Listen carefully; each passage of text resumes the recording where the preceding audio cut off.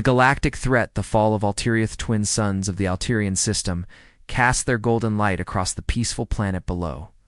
Cities of crystal and living metal gleamed like jewels scattered across green continents. For 3,000 years, the Alterians had lived in harmony with nature and technology.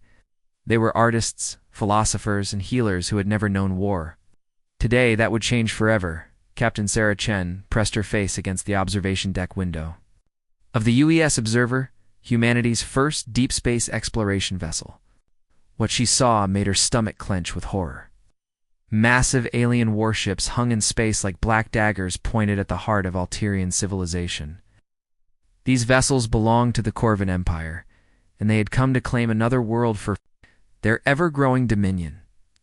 The Corvan ships were unlike anything humans had imagined. Each one stretched over 3 miles in length, their hulls covered in jagged spikes and weapon ports that glowed with malevolent energy. Strange symbols pulsed along their sides in patterns that hurt to look at directly. These were not just machines of war, they were instruments of terror, designed to break the spirit of any who opposed them. Sarah had been studying alien civilizations for 15 years, but she had never seen anything like the Corvans. They were tall, reptilian beings with silver scales that reflected light like mirrors. Their eyes burned with cold intelligence, and their voices carried the weight of absolute authority. For 2 centuries, they had conquered world after world, enslaving entire species and turning them into workers for their massive war machine. The Alterian defense fleet rose to meet the invaders. 25 ships of elegant design, powered by clean fusion engines and armed with defensive weapons meant to protect, not destroy. They moved with the grace of dancers, their hulls shimmering with protective energy fields. Captain Sarah watched through her telescope as the 2 fleets prepared to engage, knowing in her heart that the peaceful Alterians stood no chance against the military might of the Corvan Empire. The battle, if it could be called that, lasted exactly 17 minutes. The Corvan ships unleashed weapons that tore holes in space itself, creating gravity wells that crushed the Alterian vessels like insects. Energy beams turned metal into plasma, and the beautiful ships of the defenders became clouds of glowing debris. Not a single Corvan ship was even damaged in the engagement. Admiral Thrak, Supreme Commander of the Corvan Third Fleet, stood on the bridge of his flagship, the Worldbreaker. He was an ancient being, over 400 years old, with scars from 100 conquered worlds marking his silver scales. His yellow eyes gleamed with satisfaction as he watched the last Alterian ship die in flames. Another world would bow before the might of the Corvan Empire. Just as so many others had done before, the planetary bombardment began immediately after the space battle ended. Corvan ships rained fire down on Alterian cities, their weapons designed not to destroy, but to terrorize. Buildings crumbled, but the population centers remained intact. The Corvans needed workers, not corpses. Within hours, the crystal cities were dark and silent, their inhabitants hiding in terror from their new masters. Captain Sarah Chen recorded everything. Her ship's sensors captured the destruction in painful detail, documenting the fall of a civilization that had thrived for millennia. The Observer was equipped with the most advanced stealth technology humanity possessed, making it invisible. 2 Corvan sensors. Sarah's mission was to watch and learn, gathering intelligence about alien threats that might one day turn their attention toward Earth. As she watched Corvan landing ships descend toward the planet's surface, Sarah felt anger, burning in her chest like a cold fire. The Alterians had been peaceful beings who harmed no one. They had created art that inspired wonder across the galaxy and medical techniques that had saved millions of lives. Now they would become slaves, forced to serve masters who valued only strength and conquest. The Observer's communication officer, Lieutenant James Park, approached Sarah with a grim expression. He carried a datapad containing the preliminary report that would be transmitted back to Earth through quantum relay stations. The report detailed the Corvan military capabilities, their tactics, and the speed with which they had overwhelmed. A peaceful world, Sarah took the datapad and added her own observations.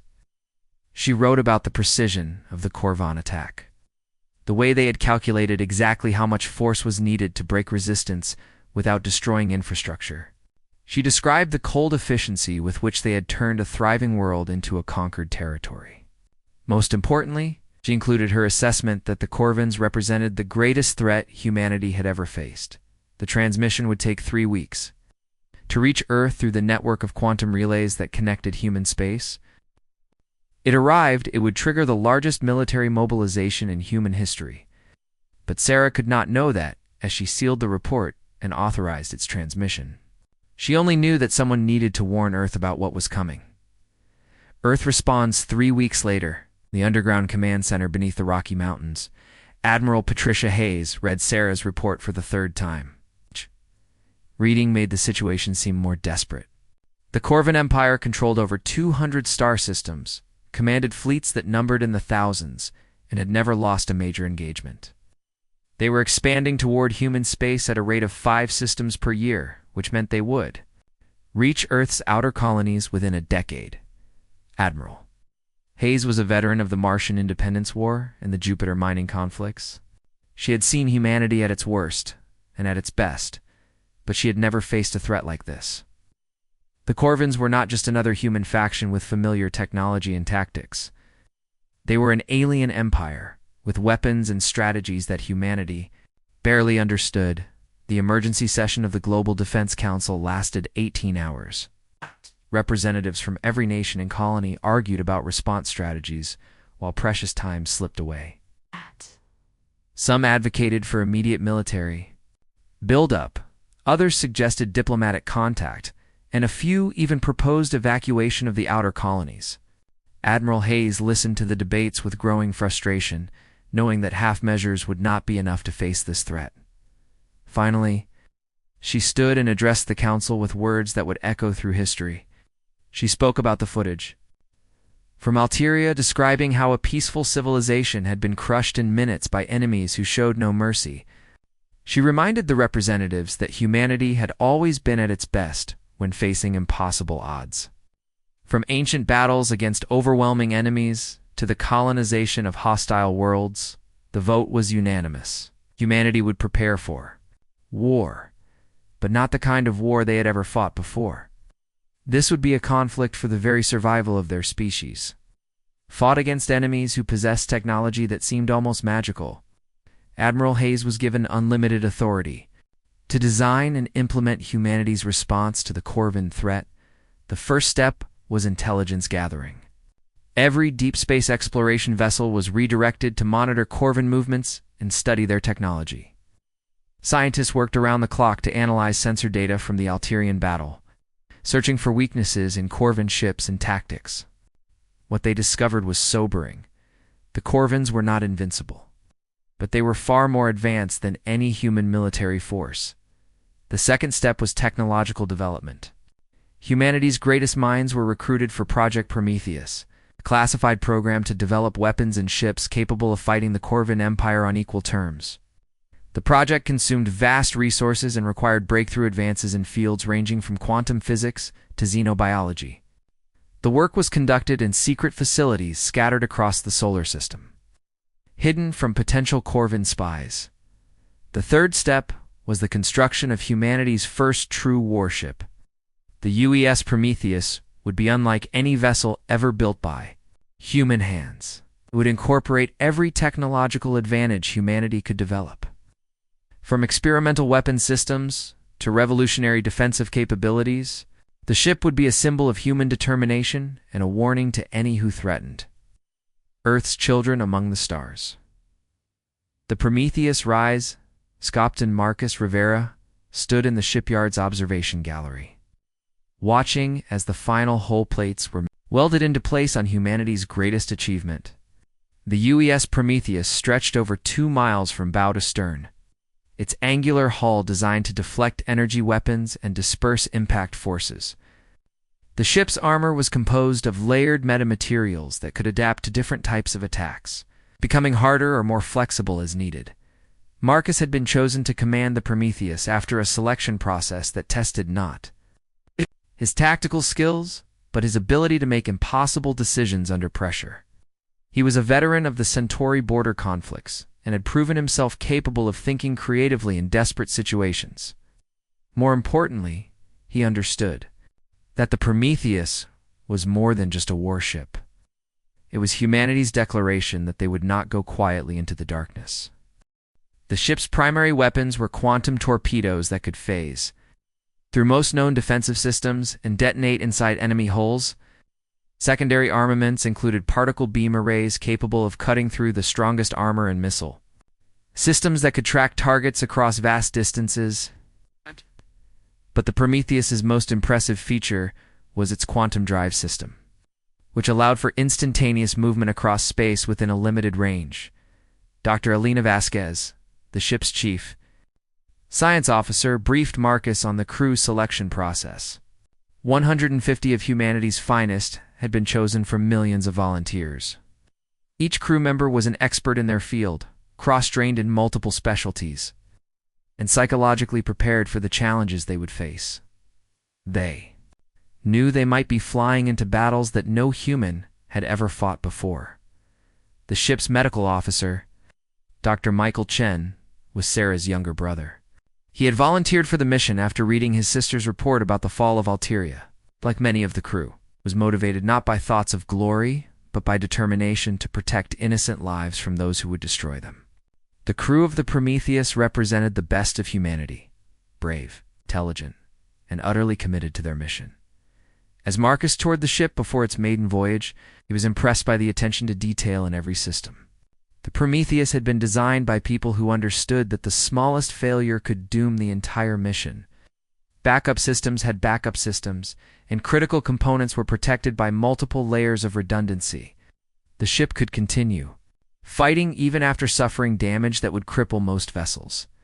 The quantum drive chamber was the heart of the ship, containing technology that pushed the boundaries of human understanding. The drive created temporary rifts in space-time, allowing the Prometheus to move from one location to another without crossing the intervening distance. The energy requirements were enormous, but the tactical advantages were game-changing.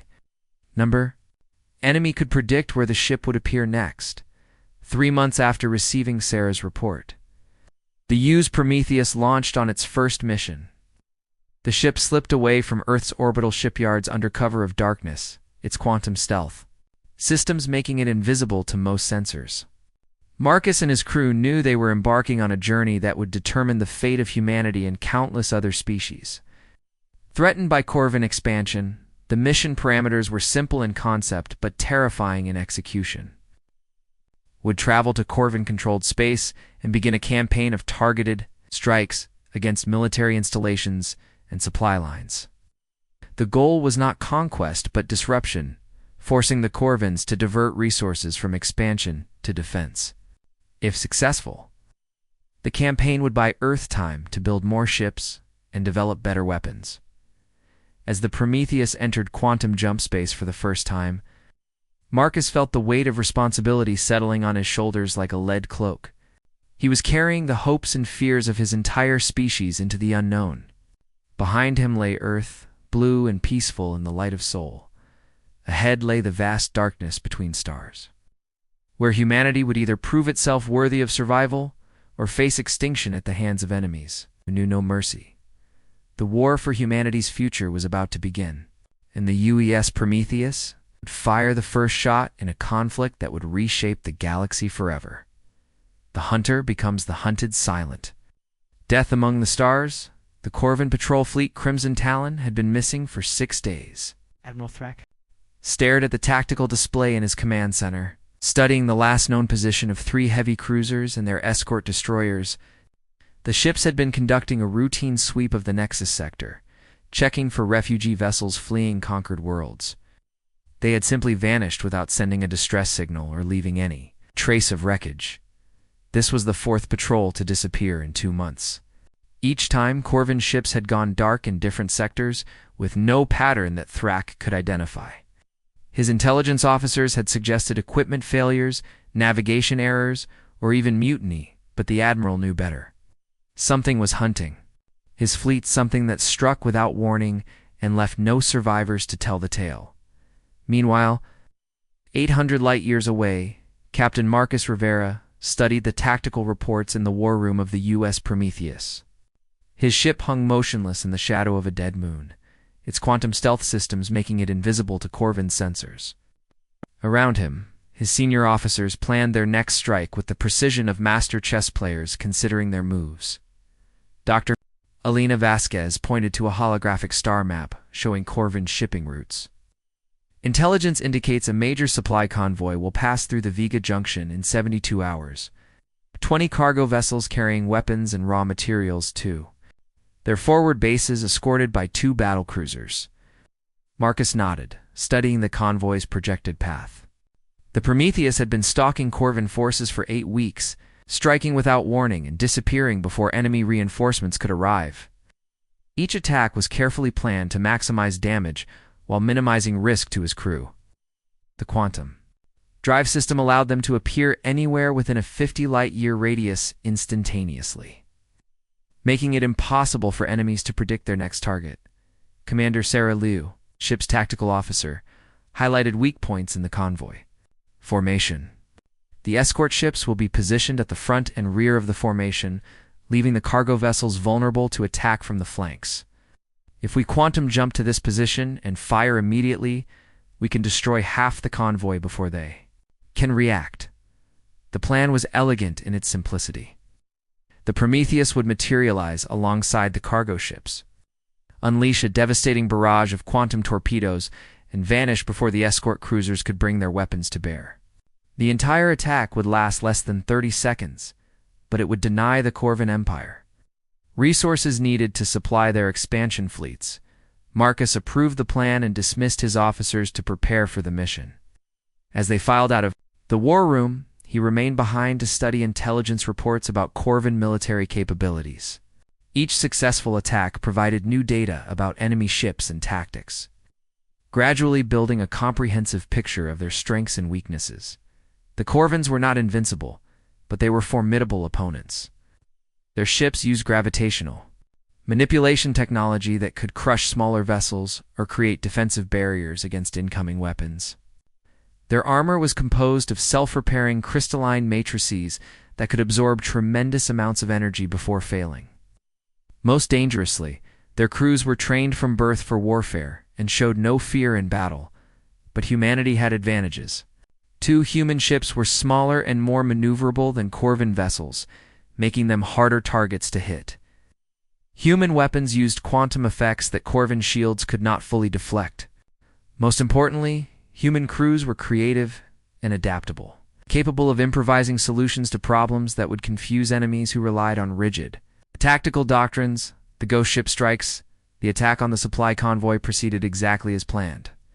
The Prometheus materialized in the middle of the formation, like a predator appearing among a flock of prey. Quantum torpedoes streaked through space at near-light speed, phasing through Corvin defensive screens and detonating inside cargo holds. Filled with ammunition and fuel, 12 ships died in the first salvo, their hulls torn apart by explosions that lit up the darkness between stars. The escort cruisers responded with trained efficiency, their massive guns swiveling toward the source of the attack, but the Prometheus was already gone, quantum jumping to a position behind the surviving cargo ships. A second barrage destroyed 6 more vessels before the human ship vanished again, leaving only debris and confused Corvin crews searching empty space for an enemy that was no longer there. Commander Cross, captain of the escort cruiser Doomhammer, screamed orders at his bridge crew as he tried to make sense of the impossible attack. His sensors showed no enemy ships, no energy signatures, nothing that could explain how half his convoy had been destroyed in under a minute. The attacking vessel had appeared and disappeared like a ghost, striking with weapons that his armor could not stop. The few surviving cargo ships scattered in all directions, or captains hoping to escape whatever had killed their companions. But the Prometheus hunted them down one by one, appearing beside each vessel just long enough to deliver a killing blow. Within 20 minutes, the entire convoy was destroyed except for a single cargo ship that Marcus deliberately allowed to escape. The survivor would carry word of the attack back to Corvin Command, spreading fear among crews who had thought themselves invincible. This was psychological warfare at its finest, letting enemies know they were being hunted by something they could not see, predict, or fight effectively. Each surviving witness would tell stories that grew more terrifying with each retelling. Admiral Thrak received the report 3 days later. Commander Cross described an enemy ship that could appear anywhere without warning. Fire weapons that ignored Corvan defenses and vanished before retaliation was possible. The attack had destroyed military supplies worth millions of credits and demonstrated that Corvan space was no longer safe from some unknown enemy. The Admiral studied tactical recordings from the few sensors that had caught glimpses of the attacking vessel. The ship was clearly of alien design, unlike anything in Corvan databases. Its hull showed angular configurations that suggested advanced stealth capabilities, and its weapons produced energy signatures that defied conventional physics. Most disturbing was its apparent ability to teleport across vast distances. Instantaneously, liberation of the slave worlds. Wild Corvan military commanders struggled to understand the mysterious attacks on their fleets. The Prometheus began a new phase of operations. Captain Marcus had received new orders from Earth: liberate worlds enslaved by the Corvan Empire and gather intelligence about enemy occupation methods. This mission would be far more dangerous than attacking isolated convoys, requiring the ship to operate near heavily defended planets. The first target was Kepler 442b, a former human colony that had been captured 5 years earlier. 20,000 colonists had been enslaved and forced to work in mines extracting rare minerals needed for Corvan ship construction. Intelligence reports indicated that the orbital defenses consisted of 2 space stations and a patrol fleet of 6 destroyers. Dr. Alina Vasquez worked with the ship's communications officer to crack Corvan encryption protocols, allowing them to monitor enemy transmissions and coordinate their attack with resistance fighters on the planet's surface. The colonists had maintained a hidden network of rebels who had been waiting years for rescue, never losing hope that help would eventually come. The liberation began at midnight local time, when the Prometheus Quantum jumped into the system and immediately attacked the orbital stations. Quantum torpedoes punched through station shields and detonated in critical systems, causing massive explosions that lit up the night sky visible from the planet below. The patrol fleet tried to respond, but found themselves fighting an enemy that struck from multiple directions simultaneously. Commander Sarah Liu developed new tactics specifically for this type of engagement. The Prometheus would quantum jump around the battlefield, appearing at different positions every few seconds and firing from unexpected angles. The Corvan ships could not adapt fast enough to track their tormentor, and one by one they were destroyed by weapons they could not adequately defend against. With orbital defenses eliminated, the Prometheus began supporting the planetary resistance. Dr. Michael Chen led medical teams down to the surface in stealth shuttles and providing supplies for their operations against Corvan occupation forces. The sight of human soldiers fighting alongside alien rebels sent a powerful message. Earth had not forgotten its children among the stars. The ground campaign lasted 3 days. Corvan garrison troops were well-trained and disciplined, but they were facing an enemy that fought with desperate courage for their freedom. Resistance fighters emerged from hidden bases to attack supply convoys and communication centers, while Prometheus shuttles provided close air support with precision strikes that avoided civilian casualties. The final battle took place at the Planetary Command Center, where the Corvan governor had barricaded himself with his remaining troops. Captain Marcus led the assault personally, fighting alongside colonists who had been slaves just days before. When the command center fell, 20,000 human beings were free for the first time in 5 years. The liberation of Kepler 442b was broadcast across the galaxy through rebel communication networks, sending a message of hope to enslaved populations everywhere. The mysterious ship that had been destroying Corvan fleets was not just a weapon of war, but an instrument of liberation. Suddenly, beings who had given up hope began to believe that freedom was possible. Admiral Thrak watched the broadcasts with growing alarm. The enemy ship was not conducting random attacks, but following a deliberate strategy designed to undermine Corvan control. Each successful liberation inspired more rebellions, forcing the Empire to divert resources from expansion to maintaining control of conquered territories. The unknown enemy was not just fighting the Corvan military, but attacking the very foundations of their empire. The hunt intensified, determined to end the threat posed by the ghost ship. Admiral Thrak assembled the largest hunting fleet in Corvin history: 50 battle cruisers, 200 destroyers, and 30 specialized sensor ships spread out across 3 sectors, searching for any trace of the enemy vessel.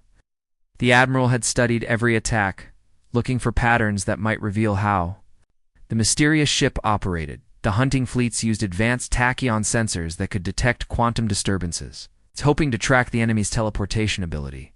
They coordinated their movements through quantum communication networks, ensuring that any contact with the target would bring immediate reinforcement from multiple directions. Admiral Thrak was confident that no single ship, however advanced, could escape such overwhelming force. But Captain Marcus had been expecting this response. Human intelligence networks had detected the massive fleet buildup and provided detailed information about Corvin hunting tactics. The Prometheus crew prepared countermeasures designed to turn the hunters into the hunted. Using the enemy's strength against them in classic human fashion, the trap was sprung in the Rigel system, where Corvin sensors detected quantum signatures, suggesting the presence of the ghost ship. Admiral Thrak deployed his hunting fleets in a carefully coordinated pattern, closing in from all directions to prevent escape. As his ships moved into position, Admiral felt satisfaction at finally cornering his elusive enemy. The Prometheus appeared exactly where Corvin predictions suggested it would, materializing in the center of the enemy formation as if trapped. For a moment, Admiral Thrak thought victory was assured. Then the human ship began its dance of death, quantum jumping between enemy vessels and firing precisely targeted shots that created chain reactions of destruction. The hunter had become the hunted in the most spectacular fashion. Time Corvin. Ships tried to concentrate fire on the Prometheus. It would vanish and reappear behind them. Quantum torpedoes struck command centers and engine rooms with surgical precision, disabling ships without completely destroying them. Within an hour, half of Admiral Thrak's hunting fleet was floating dead in space. The surviving Corvin ships retreated in disorder, their crews demoralized by the ease with which their trap had been turned against them. Admiral Thrak watched his greatest fleet scattered by a single enemy vessel and felt something he had never experienced before: doubt. For the first time in 4 centuries of conquest, the Corvin Empire faced an enemy they could not defeat through superior numbers or conventional tactics. As news of the disaster spread through Corvin space, fear began to replace confidence in the Empire's invincibility. Crews requested transfers away from patrol duties. Officers questioned orders that might bring them into contact with the ghost ship. And entire worlds began to whisper about joining rebel movements. The psychological impact of the Prometheus's campaign was achieving exactly what Captain Marcus had hoped: the gradual collapse of Corvin. Morale and the awakening of hope among their victims. The war was entering a new phase, one where the outcome would be determined not just by military might, but by the will to fight for freedom against impossible odds. The final stand. The Empire Strikes Back. Admiral Thrak stood before the Corvin High Council in the throne room of their capital world, his silver scales bearing new scars from recent battles. Around him, the 12 supreme rulers of the Empire sat in judgment, their ancient eyes glowing with cold fury. The Admiral had failed to stop the ghost ship, and his failures had cost the Empire dearly. Rebellions were spreading across conquered worlds, supply lines were constantly under attack, and morale among Corvin forces had reached dangerous lows. "You have brought shame upon our Empire," hissed Supreme Overlord Vex, eldest of the Council.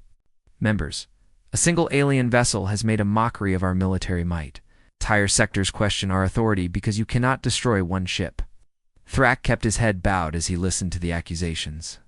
The ghost ship had struck 17 more times since the disaster at Rigel, each attack more devastating than the last. The mysterious vessels seemed to know exactly where Corvin forces would be vulnerable, striking supply convoys, liberation slave worlds, and destroying military installations with clockwork precision. Intelligence suggested that the ship was receiving support from a vast network of spies and rebels. "Give me one final chance," Thrak pleaded. "Our intelligence officers have discovered the origin of the ghost ship. It comes from a system called Sol, where a species called humans has built a small but technologically advanced civilization. If we crush their homeworld, we can end this threat forever. The council debated for hours while Thrak waited. Members favored negotiations, others suggested retreat from the affected sectors. But the majority agreed with Thrak's assessment. The human threat needed to be eliminated before it could inspire more rebellions across the galaxy. The empires. Survival depended on maintaining the fear that kept conquered worlds obedient. Supreme Overlord Vex finally rendered the Council's decision. You will take our greatest fleet to this Sol system and destroy every trace of human civilization. Their world will burn as an example to any who dare oppose us. This is your final opportunity to restore your honor, Admiral. Do not fail us again. The fleet that assembled for the assault on Earth was the largest military force in galactic history. 500 battlecruisers, 2,000 destroyers, and 1 million support. Vessels spread across space like a dark cloud of metal and death. At the center of the armada was the new flagship Worldender, a massive dreadnought built specifically to destroy entire planets. Admiral Thrak commanded from its bridge, determined to succeed where he had failed before. Earth prepares for war, Admiral. Patricia Hayes watched the approaching Corvin fleet through the holographic display in Earth's orbital command center. Long-range sensors had detected the massive armada 3 days ago as it entered the outer system, moving steadily toward humanity's homeworld with obvious hostile intent. The invasion force was larger than anything human strategists had imagined. Possible, but Earth was not defenseless. During the 8 months that the Prometheus had been conducting its campaign, humanity had worked frantically to prepare for this moment. Orbital defense platforms ringed the planet like a crown of steel and energy. Each station armed with quantum weapons capable of destroying the largest enemy ships. The asteroid belt had been mined and fortified, creating a maze of defensive positions that would channel attackers into predetermined killing zones. Most importantly, humanity was no longer alone. The liberation campaigns conducted by the Prometheus had inspired dozens of species to declare independence from Corvin rule. Many of these newly free worlds had sent ships to help defend Earth, creating an alliance fleet that numbered in the hundreds. The approaching battle would determine not just humanity's fate, but the future of freedom across the galaxy, Captain. Marcus Rivera stood on the bridge of the Prometheus as it took position at the center of the defensive formation. His ship had become a symbol of hope for oppressed beings everywhere, proof that the Corvin Empire could be defeated by those with courage enough to fight. Around him, ships from 20 different species prepared for the battle that would decide whether the galaxy would remain under Corvin, tyranny, or embrace a new age of freedom. Dr. Alina Vasquez coordinated with the Defense Fleet's science officers, sharing every piece of intelligence gathered during months of combat against Corvin. Force's human weapons technology was being transferred to Allied ships, while alien crews shared their own innovations and tactical knowledge. The diversity of the Defense Fleet was becoming its greatest strength. As each species contributed unique capabilities to the common cause, the children of Earth watched from underground shelters as the enemy fleet approached their world. They had been raised on stories of human exploration and discovery, of brave pioneers who had carried their species to the stars in search of knowledge and freedom. Now those same stars brought enemies who sought to extinguish humanity's light forever. But the children were not afraid. They knew their defenders would not surrender. The battle for humanity's future, though. Engagement began when Corvin long-range missiles struck the outer defense platforms. Explosions bloomed like deadly flowers against the backdrop of space as human defensive systems activated. Point defense lasers shot down thousands of incoming warheads. But some got through, destroying stations and killing defenders who had volunteered to protect their homeworld. Admiral Thrak smiled with satisfaction as he watched human defenses crumble under his bombardment. The defenders fought bravely, but they were vastly outnumbered and outgunned. Soon his fleet would break through to attack Earth directly, and the troublesome humans would join the long list of extinct species that had challenged Corvin's supremacy. But the Admiral's confidence was premature.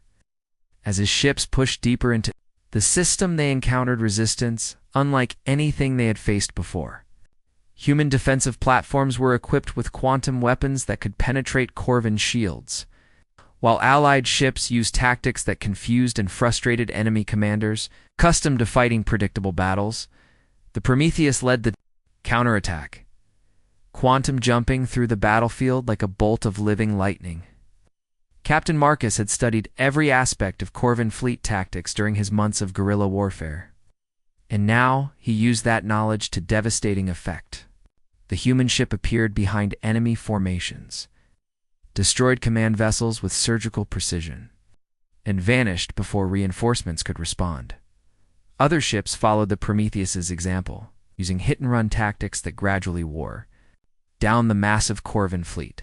Altarian vessels danced through space with impossible grace, their weapons painting geometric patterns of destruction across enemy hulls. Zephyrian fighters swarmed around Corvan battlecruisers like angry insects, their small size making them nearly impossible to target effectively. Dr. Michael Chen worked frantically in the Prometheus's medical bay, treating wounded crew members as damage reports flooded in from across the ship. The battle was taking a terrible toll on both sides, with ships dying by the dozens every hour. But the human ship continued fighting, its crew driven by determination to protect their homeworld and the freedom of innocent beings across the galaxy. Turning point came when Admiral Thrak deployed his secret weapon. The World-Ender moved toward Earth's moon, preparing to demonstrate a new gravitational manipulation device that could shatter entire worlds. The massive dreadnought began charging its planet-killer weapon, while Corvan forces fought to hold a corridor through the defensive fleet. Captain Marcus realized that conventional weapons could not stop the World-Ender before it destroyed Earth.